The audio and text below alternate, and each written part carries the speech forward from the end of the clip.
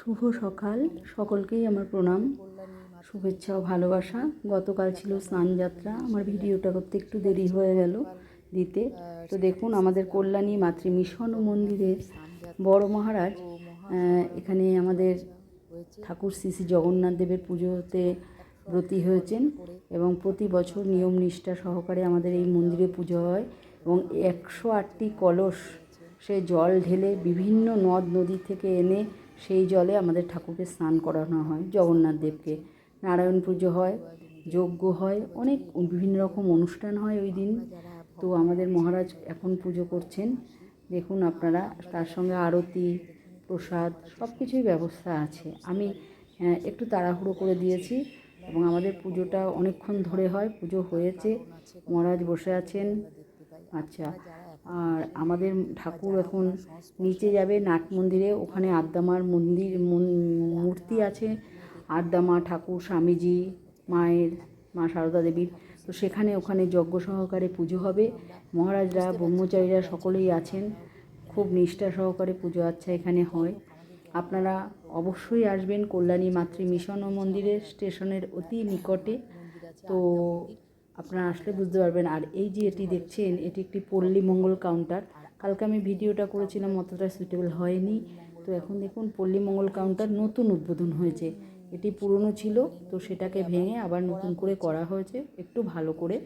তো দেখুন, সেখানে সব কিছু পাওয়া যায়, বইপত্র সব কিছু পাওয়া যায়। ঠাকুরের, মা স্বামীজির বই, বিভিন্ন রাইটার্সের লেখা, আমাদের মহারাজের লেখা বই আছে। বড় মহারাজ, এখানকার অধ্যক্ষ ঠাকুর শ্রী শ্রী স্বামী সর্বস্বানন্দ পুরী মহারাজ, তো উদ্বোধন করছেন।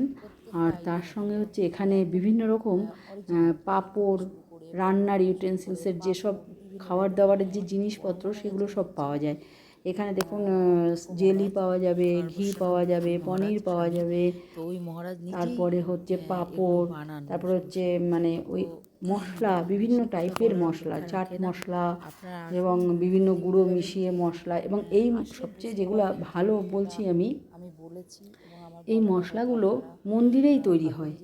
প্রত্যেকটি জিনিস এখানে যে যে জিনিস দেখছেন বা আমি দেখাবো, প্রত্যেকটি জিনিস এই মন্দিরে ব্রহ্মচারীরা তৈরি করেন। এই যে মন্দিরে যে আরতি করছেন বড় মহারাজ, উনি তো স্বয়ং, আমি তো ওনাকে ভগবান ছাড়া আর কিছু জানি না, কারণ ঠাকুর শ্রী শ্রী রামকৃষ্ণদেবকে আমি চোখে দেখিনি, তাকে তো ভগবানের জায়গায় বসিয়ে রেখেছে। আর সাক্ষাৎ মনুষ্যরূপী ভগবান যে আমাদের সামনে আছেন, আমরা তাকে এখনও অনুভব করতে পারি না, কিন্তু আপনারা আসলে বা তার সংস্পর্শে থাকলে বুঝতে পারবেন উনি স্বয়ং কিন্তু ভগবান।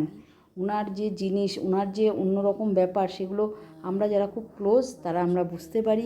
আমাদের এই দিদিও বলতে চাইছেন যে আপনারা পল্লী মঙ্গল কাউন্টারে আসুন এবং আমাদের মাতৃ মিশন মন্দিরে আসুন, আপনাদের প্রত্যেকের ভালো লাগবে। সামনে 16 তারিখে রথযাত্রা, এখানে বিরাট ধুমধাম সহকারে লোকারণ্য রথযাত্রা, মহা ধুমধাম। সেই সেই বাক্যটি নিয়ে আমি বলছি, সেই সহকারে এখানে পুজো হয় এবং রথ বেরোয়। এই দেখুন, বিভিন্ন সস দেখাচ্ছে, সস, জেলি। আমি খুব তাড়াহুড়ো করে ভিডিওটি করেছি, কারণ অনেকটা লেন্দি হয়ে যাচ্ছে।